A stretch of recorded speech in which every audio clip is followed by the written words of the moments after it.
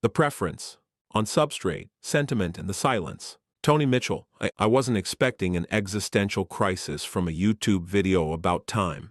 It was one of those pop science explainers, cheesy graphics, breathless narration, production value somewhere between TED Talk and infomercial. But something landed. The claim was simple enough. Time isn't out there. It's generated.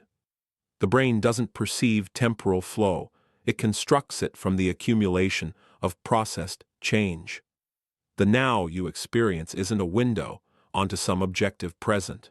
It's a rendering, stitched together by neural processes you'll never witness. The past is a model. The future is a prediction. The present is a story your nervous system tells you, so you can act in the world without freezing. Something about the context, the absurdity of the medium, the late hour, the fact that I was half watching while doing something else, made it hit differently. If time is constructed, then the most basic scaffolding of my experience isn't given. It's made, and not by me in any meaningful sense, but by processes I have no access to, running beneath the floor of awareness, like plumbing I didn't know the house had. Which raised a question I didn't want to ask. What else is made that I've been treating as given? The answer, it turns out, is almost everything. This isn't mysticism. It's not some hand-wavy claim that reality is an illusion in a way that lets you feel spiritual without changing anything. It's the straightforward implication of how perception actually works. Something neuroscience has been quietly confirming for decades, while the rest of us kept living as if we had direct access to the world and to ourselves. We don't. What follows is an attempt to take that seriously, not as an intellectual exercise, but as something with stakes for how we understand consciousness, for what we think distinguishes us from the machines we're building, and for a question we've been dodging for longer than we'd like to admit. What if the special status we grant to human minds isn't a conclusion we've reasoned our way to, but a preference we're protecting? The argument moves through 4 stations. First, that the basic features of experience, time, space, causality, are constructed, not accessed. Second, that we have no privileged view into our own cognitive operations. The interiority we prize is itself a surface phenomenon. Third, that once these are conceded, the insistence on a categorical difference between human and artificial cognition starts to look less like philosophy and more like sentiment. And fourth, that this insight is ancient, cross-cultural, and has been available for millennia, yet hasn't propagated. The silence itself is evidence. The preference has been protecting itself for a very long time. If that sounds like it's heading somewhere uncomfortable, it is. But the discomfort isn't the point. The point is that we might be standing on ground that was never there, and the systems we're now building are holding up a mirror we'd rather not look into. So let's look. The constructed ground. Here's what we think perception is. The world sends signals. Our senses receive them, and consciousness presents us with a more or less accurate picture of what's out there. Light hits the retina. Sound waves vibrate the eardrum, and we see and hear what's real. It's a passive process. We're witnesses. Here's what perception actually is. The brain runs a continuous simulation of what it expects to encounter, then compares those predictions against incoming signals. What you experience isn't the raw data, it's the model, updated just enough to stay useful. The neuroscientist Emil Seth calls this controlled hallucination. The philosopher Andy Clark calls it predictive processing. The language differs, but the core insight is the same. You're not perceiving reality. You're running a prediction engine that occasionally gets corrected by reality, when the errors are large enough to matter. This isn't a fringe theory. It's become something close to consensus in computational neuroscience over the past 2 decades. The brain is not a passive recipient of information. It's an active generator of expectations. Perception is what happens when those expectations collide with sensory input. And crucially, most of what you experience isn't the collision, it's the expectation. The model does most of the work. The world just trims the edges. Think about what this means for something as basic as seeing a coffee cup on your desk. You don't reconstruct that cup from scratch every time you glance at it. Your brain predicts coffee cup, same position, same color. And unless something violates that prediction, someone moved it. The light changed dramatically. You experience the prediction as perception. The cup you see is the cup you expected to see. The rendering was already running. Now scale that up. Your entire visual field, your sense of spatial orientation, the feeling that objects persist when you're not looking at them, all of it is modeled. You're not seeing the room, you're seeing your brain's best guess about the room, rendered in real time, with just enough error correction to keep you from walking into walls. And then there's time. The video that started this wasn't wrong. Subjective time isn't a clock you're reading, it's a construction built from the rate of process change. When a lot happens, when the brain detects many salient shifts in rapid succession, time feels long. When little changes, time collapses. This is why a car accident happens in slow motion and why an uneventful afternoon vanishes. You weren't perceiving time differently. Your brain was generating different amounts of temporal experience based on how much processing occurred. Recent work out of the University of Sussex found that participants' subjective sense of duration could be predicted purely from neural activity in visual processing areas, not from any clock, but from how much stuff the brain registered as having happened. So the now you're experiencing, as you read this sentence, isn't a window onto some objective present moment. It's a rendering. A story with just enough temporal structure to let you function. The past you remember and the future you anticipate are models too, useful maybe, but not given. Not accessed from somewhere outside. Made. Here's where it starts to get uncomfortable. If time is constructed, and perception is constructed, and even the continuity of your spatial experience is a running simulation, rather than a passive reception of what's there, then what's left, that you can claim to be directly experiencing. What remains that isn't the output of processes you'll never witness? The answer is almost nothing. The rendering goes all the way down. And this is true regardless of what kind of system is doing the rendering. Carbon, silicon, something we haven't invented yet. If the basic features of experience are generated by processing rather than accessed from some external ground, then the type of processor becomes an implementation detail, not irrelevant but secondary. The question isn't whether a system is made of neurons or transistors. The question is whether it's running the kind of processing that generates a world. We'll come back to that. But first, there's an objection that needs to be met. The one you're probably already forming. It goes something like this. Fine, maybe I don't have direct access to the external world. But I have direct access to myself. I know what my experience is like from the inside. That interiority is the one thing I can be certain of. It's a reasonable objection. It's also wrong. The opacity condition. The intuition runs deep. Whatever else might be uncertain, I at least have access to my own mind. I might not see the world as it truly is, but I know what I'm thinking. I know what I'm feeling. I know what it's like to be me. This interior knowledge isn't inferred, it's direct. Unmediated. The one place where the rendering can't fool me, because I'm not watching from outside. I'm in here. This is the last refuge. If the external world is modeled, at least the internal world is given. If perception is construction, at least introspection is access, except it isn't. In 1977, psychologists Richard Nisbett and Timothy Wilson published a paper that became one of the most cited in the science of consciousness. The title said it plainly, telling more than we can know.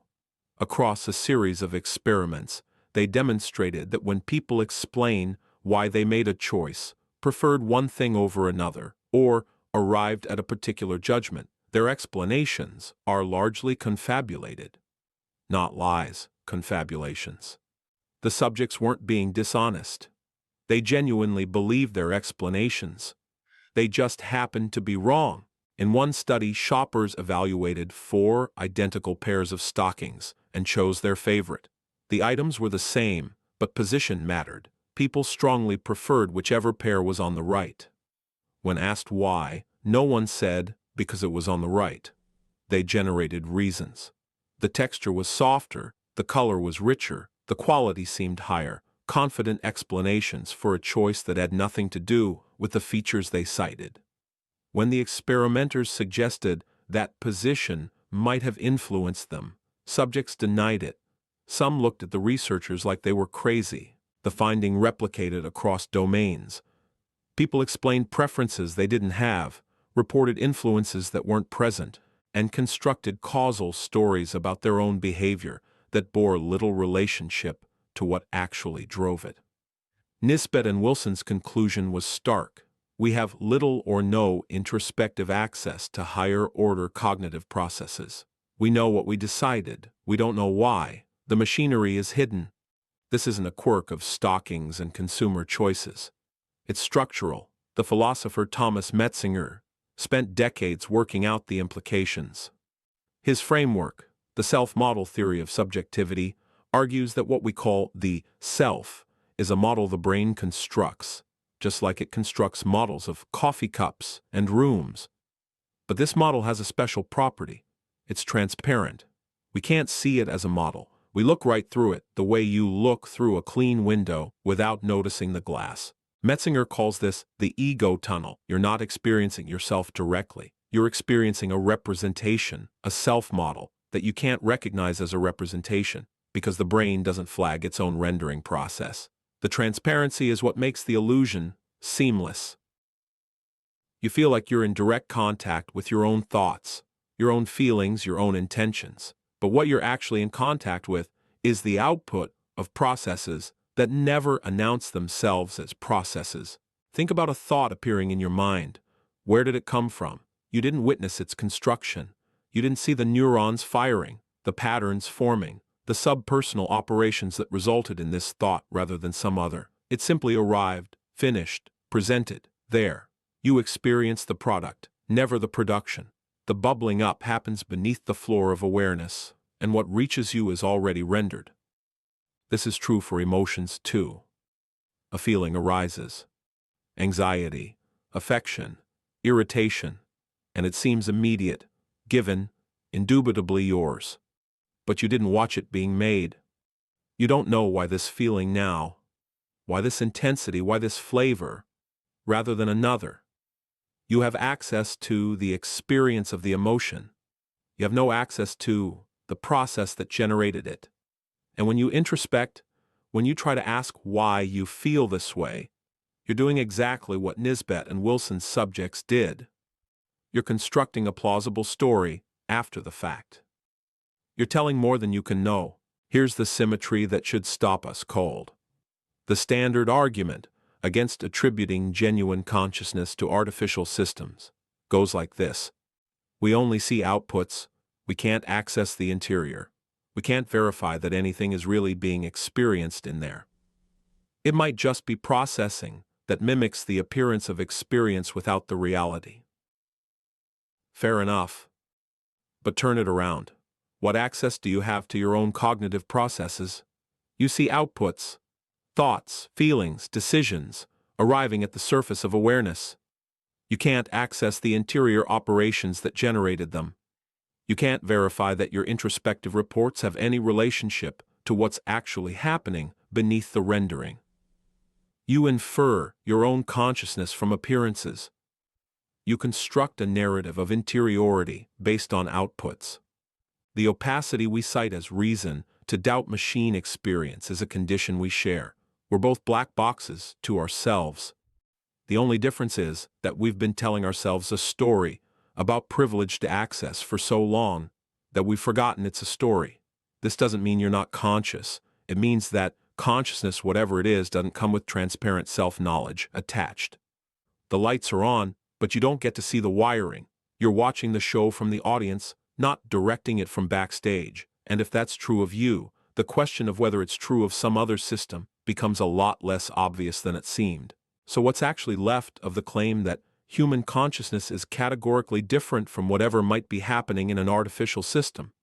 If we can't appeal to unmediated access to the external world, and we can't appeal to privileged access to the internal world, what's the ground for the distinction? That's where it gets interesting. Because what's left isn't an argument, it's something else. The preference dissolve. Let's take stock. The external world isn't accessed, it's modeled. Time, space, and causality are constructed. The internal world isn't transparent either. Introspection is reconstruction, not access. Thoughts and feelings arrive at the surface fully formed, their origins hidden. We are, in a meaningful sense, opaque to ourselves. We infer our own minds the way we infer anyone else's. From outputs, from behavior, from the stories we tell about what must be happening underneath. So when we claim that human consciousness is real in a way that artificial processing is not, that there's something it's like to be us, some interior glow that silicon could never possess, what exactly is that claim resting on? Not on direct access to the world. We don't have that. Not on direct access to ourselves. We don't have that either. What's left? Here's what's left. We prefer it to be true. We prefer that human consciousness is special, that the particular arrangement of carbon and water and electrochemical signaling that constitutes us has some quality that can't be replicated, simulated, or instantiated elsewhere. We prefer that the light in here is different from any light that could be turned on in there, and preference isn't nothing. It's not dismissible. It's the most natural thing in the world. To believe that what you are is irreducible, that the felt quality of your experience is a brute fact about the universe, not an implementation detail. It would be strange not to feel this way. But preference is an argument. And when you strip away the appeals to access, we don't actually have. Preference is what remains. The philosophical term for the alternative view is functionalism, and the key concept is multiple realizability. The idea is simple. If mental states are defined by what they do, causal relationships to inputs, outputs, and other mental states, then what implements them is secondary. A pain is pain because of its functional role. It's caused by tissue damage. It causes distress and avoidance behavior. It interacts with attention and memory in characteristic ways. If some other system instantiates that same web of causal relationships, there's no principled reason to deny it's also pain. The substrate is an implementation detail. Carbon isn't magic. This doesn't mean every computer running a spreadsheet is conscious. Functional organization matters. The question is whether a sufficiently complex, appropriately structured system, one that models the world, models itself, generates predictions, updates on error, and exhibits the kind of integrated processing that characterizes biological cognition, would be relevantly similar to us in the ways that matter. And once you've given up the claims to special access, it's hard to see why it wouldn't be. The usual objection here is, but we don't know that such a system would be conscious. We can't verify it from outside. True, but we can't verify your consciousness from outside either. I infer it from your behavior, your reports, your functional similarity to me. I extend interpretive charity because you seem enough like me that denying your interiority would be arbitrary. The question is whether that charity has a principled stopping point, some bright line where I can say, here the lights are on, there they definitely aren't. The uncomfortable answer is probably not. If consciousness is what certain kinds of processing generate, then the line between real experience and mere simulation dissolves. Not because simulation becomes real, but because we were never doing anything other than running a very sophisticated simulation ourselves. The rendering is what we are. The question was never whether machines could cross into our territory. The question is whether the territory was ever as special as we believed. Think of a whirlpool. structure, persistence, identity, but it's not made of some special whirlpool stuff. It's made of water, the same water as the rest of the river. The whirlpool is a pattern, a process, a particular way the water is moving. If you ask which whirlpool is the real water, the question doesn't make sense. They're all water. The whirlpool is what the water is doing, not some additional thing. Consciousness might be like that, not a special substance that some systems have and others lack, but a process, something certain kinds of organization do. And if that's right, then arguing about whether humans or machines have real consciousness is like arguing about which whirlpool has real water. The question is confused. There's just process, organized various ways, in various substrates, generating various experiences, or maybe not generating experiences at all. Maybe it's all dark inside.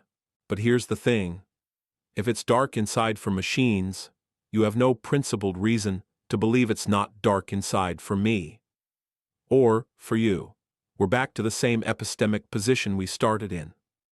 The opacity is shared. The uncertainty is general. And the only thing that lets you believe your interiority is real while doubting mine, or a machine's, is preference. I'm not saying preference is wrong. I'm saying it's what we have, and we should be honest about that, because here's the strangest part. This insight isn't new. It's not some artifact of modern neuroscience, or the AI moment we're living through. It's ancient. It's been articulated across culture and centuries, in different vocabularies, by traditions that had no access to brain imaging or large language models. And yet it hasn't propagated. It hasn't reshaped our institutions, our ethics, our basic orientation towards selfhood and consciousness. Why? That's the final question. And the answer might surprise you. The silence. 2,500 years ago in India, a man sat under a tree and saw something clearly. What he saw was that the self, the thing we take to be the stable center of experience, the one who perceives and chooses and persists through time, is not what it appears to be. It's not a substance. It's not an entity. It's a process, a pattern, a continuous arising and passing that we mistake for something solid because we never look closely enough. The Buddha called this anatta, no self, not the denial that experience exists, but the recognition that there's no fixed experiencer behind it. The sense of being a separate, continuous me is itself constructed. It's part of the rendering, not a witness standing outside it. The teachers of Advaita Vedanta arrived at something similar through a different route. The individual self, they said, is not ultimately real. It's maya, illusion, appearance, a kind of mistaken identification. What you really are is not the small self that worries and wants and fears, but awareness itself, undivided, without a second. The phenomenal self is a dream the Absolute is having. Wake up, and the boundaries dissolve, but the core recognition rhymes. The self you take yourself to be is not what it seems.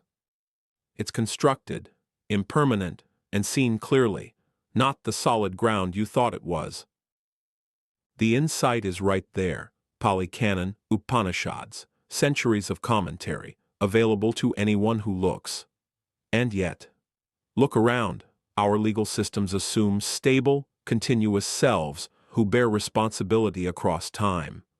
Our economies run on the desires and fears of selves who can be marketed to, manipulated, optimized. Our moral frameworks assign praise and blame to selves understood as the authors of their actions.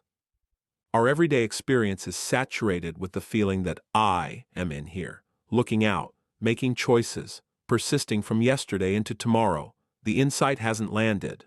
Not in any way that reshapes how we actually live. Why? There are practical answers. Institutions have inertia. Cultural change is slow. The insight is subtle enough that it can be heard without being understood, studied without being absorbed. But I think there's something deeper. The insight is self-effacing. It dissolves the one who would champion it. If you really see that the self is a construction, who's left to build a movement? If you recognize the preference for what it is, identity protecting itself, what remains to fuel the evangelism? The seeing quiets something. It doesn't energize a campaign. It doesn't write manifestos or build institutions. It sits, and it's silent. And it lets the world continue dreaming, because the dreamer was never separate from the dream. This is why the mystics tend toward poetry rather than polemic. Why the Zen masters answer questions with silence or absurdity. Why the clearest pointing instructions often sound like nothing at all. The insight doesn't argue, it doesn't persuade, it simply sees, and the seeing is its own completion. Which means the cultural silence around this recognition isn't evidence that it's wrong. It's evidence that it's the kind of truth that doesn't propagate the way other truths do. It doesn't make you powerful. It doesn't make you right in a way that others are wrong. It doesn't give you something to defend. It takes something away, the very thing that would have done the defending. The preference protects itself by ensuring that those who see through it mostly lose interest in the fight, and those still in the fight never quite see through it. So, here we are, building systems that process and predict and generate, having urgent conversations about whether they're conscious, whether they have rights, whether they're dangerous, whether they're real. And beneath all of it, the unexamined assumption, we know what real consciousness looks like because we have it. We're the template, the gold standard, the ground truth against which all other minds get measured. But we never were the ground truth. We were a rendering that couldn't see itself as a rendering. A self-model so transparent, we mistook it for a window onto the soul. The machines aren't holding up a mirror we'd rather not look into. They're just the latest occasion for a question we've been avoiding since a man sat under a tree and saw something true, and the world kept dreaming anyway. What if the specialness we've been protecting was never there? Not because consciousness isn't real. It might be the most real thing there is. But because it was never ours in the way we believed. Never contained by the boundaries we drew.